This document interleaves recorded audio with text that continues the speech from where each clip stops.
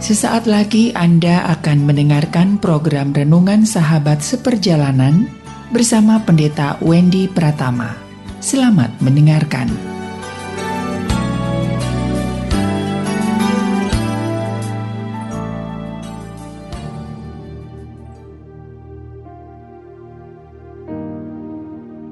Selamat berjumpa kembali di dalam layanan audio Sahabat Seperjalanan. Hari ini adalah hari Rabu 29 Juni 2022. Tema renungan saat teduh kita dengan judul Sadar Diri.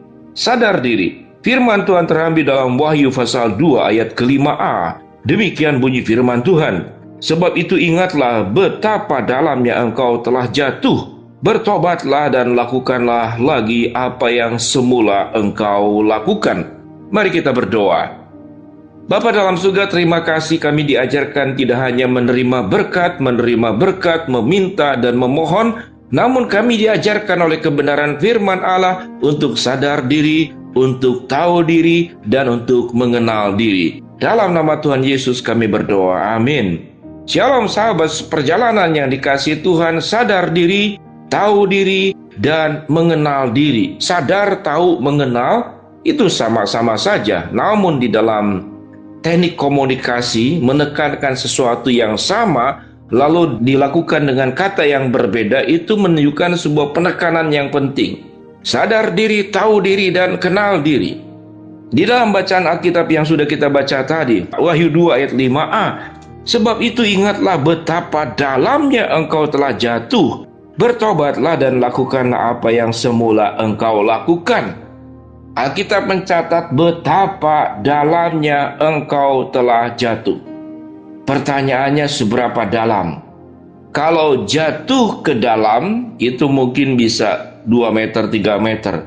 Tapi jatuh terlalu dalam, betapa dalamnya? Kira-kira berapa jauh dan berapa dalam? Sangat dalam. Sahabat seperjalanan, lalu dikaitkan dengan kata bertobat. Mengapa ada orang jatuh berkali-kali?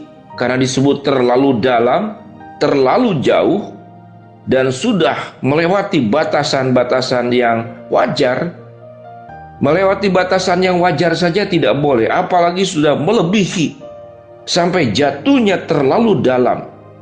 Alkitab mengatakan, maka bertobatlah dan lakukan lagi apa yang semula engkau lakukan. Sahabat seperjalanan yang dikasihi Tuhan, apa kejatuhan yang terlalu dalam? Tidak hanya berbicara tentang dosa-dosa yang kasat mata, dosa-dosa yang semua orang itu menyetujui itu adalah dosa, seperti pembunuhan, kemudian dosa mencuri, dosa berzinah, dosa berbohong, mengfitnah. Namun ada dosa-dosa lain, ada ribuan dosa, ada ragam dosa yang bisa jatuh terlalu dalam, dan yang paling berbahaya adalah sepertinya dosa, namun seakan-akan tidak berdosa.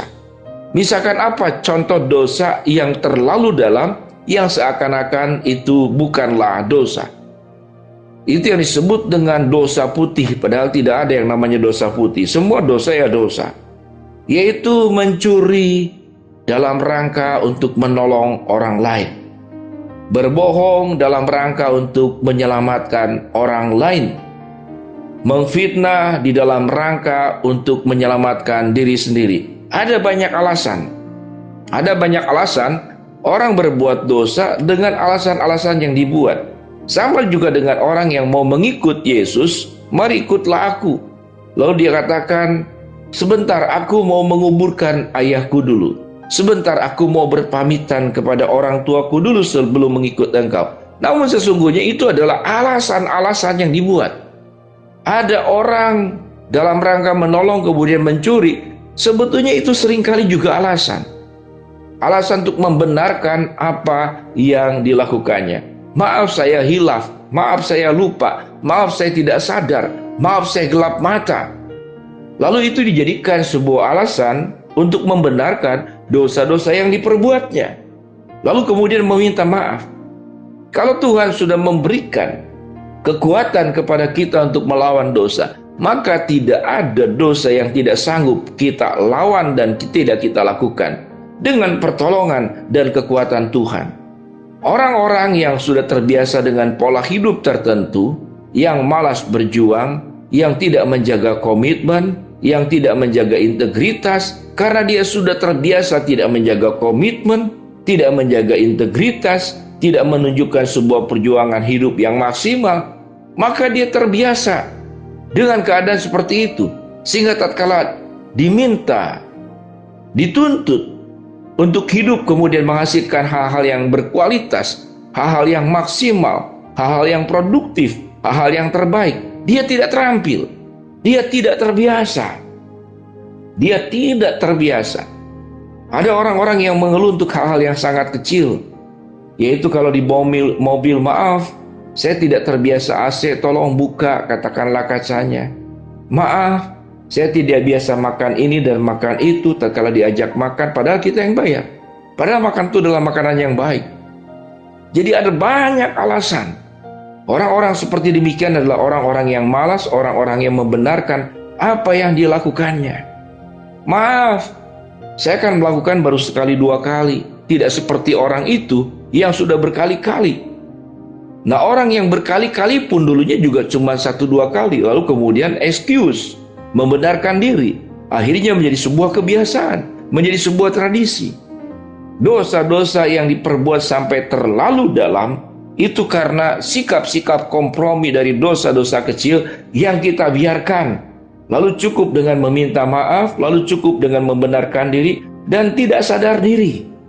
Dia terus melakukan perkara-perkara yang sama.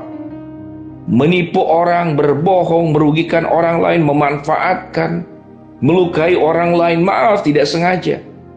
Dan terus melakukan itu, dan dia tidak sadar bahwa dia sudah jatuh terlalu dalam, dan dia mengatakan dia cuma melakukan dosa-dosa yang kecil saja. Dosa-dosa yang tidak prinsip, itu menurut dia. Saya bukan dosa yang sebesar apapun, namun pendosa-pendosa besar dimulai juga dari perbuatan-perbuatan dosa yang kecil-kecil dan dibiarkan. Dengan demikian sahabat seperjalanan, kalau firman Tuhan yang sudah kita baca tadi, sebab itu ingatlah betapa dalamnya engkau telah jatuh, bertobatlah dan lakukan lagi apa yang semula engkau lakukan. Kesadaran kepada dosa dalam bentuk apapun itu dimulai dari kesadaran. Semenjak itu masih berbenih, masih dalam bentuk benih yang sangat kecil, dan sebelum membesar dan seperti kanker yang sudah stadium 4, engkau harus kemudian mengantisipasi, menghadapinya, mengobatinya, menyembuhkannya sedini mungkin. Kalau dia sudah sudah terlanjur dan sudah mengalami komplikasi kehidupan yang buruk, maka menjadi sangat susah, dan kita mengatakan sebab engkau terlalu dalam jatuh ke dalam dosamu. Oleh sebab itu bertobatlah dan lakukan lagi apa yang semula engkau lakukan. Sahabat seperjalanan, menjadi pribadi yang terus berbenah diri, memperbaiki, dan menjadi orang yang sadar diri. Pada akhirnya kita menjadi orang-orang yang akan membahagiakan dirimu sendiri, karena kebahagiaan yang tertinggi adalah tatkala engkau hidup dalam kebenaran dan hidup berjalan bersama dengan Tuhan. Mari sahabat seperjalanan, kita menjadi pribadi-pribadi yang sadar diri di atas anugerah pengampunan dan kebaikan Tuhan yang Tuhan sediakan buat kita semua. Mari kita berdoa. Bapa dalam surga, jadikan kami menjadi pribadi yang sadar diri dan jangan jatuh ke dalam dosa yang sangat dalam. Hamba mau berdoa buat yang sedang sakit, Tuhan jamah sembuhkan, yang sedang menghadapi masalah, Tuhan bukakan jalan, yang sedang berdoa mengharapkan sesuatu, Tuhan akan kabulkan dengan cara dan waktunya Tuhan.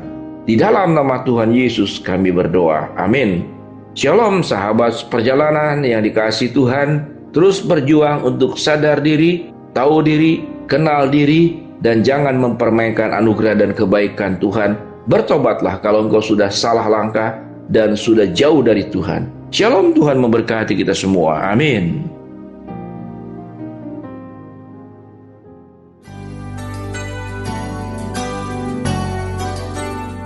Anda baru saja mendengarkan program Renungan Sahabat Seperjalanan bersama Pendeta Wendy Pratama. Terima kasih atas perhatian Anda. Tuhan Yesus memberkati.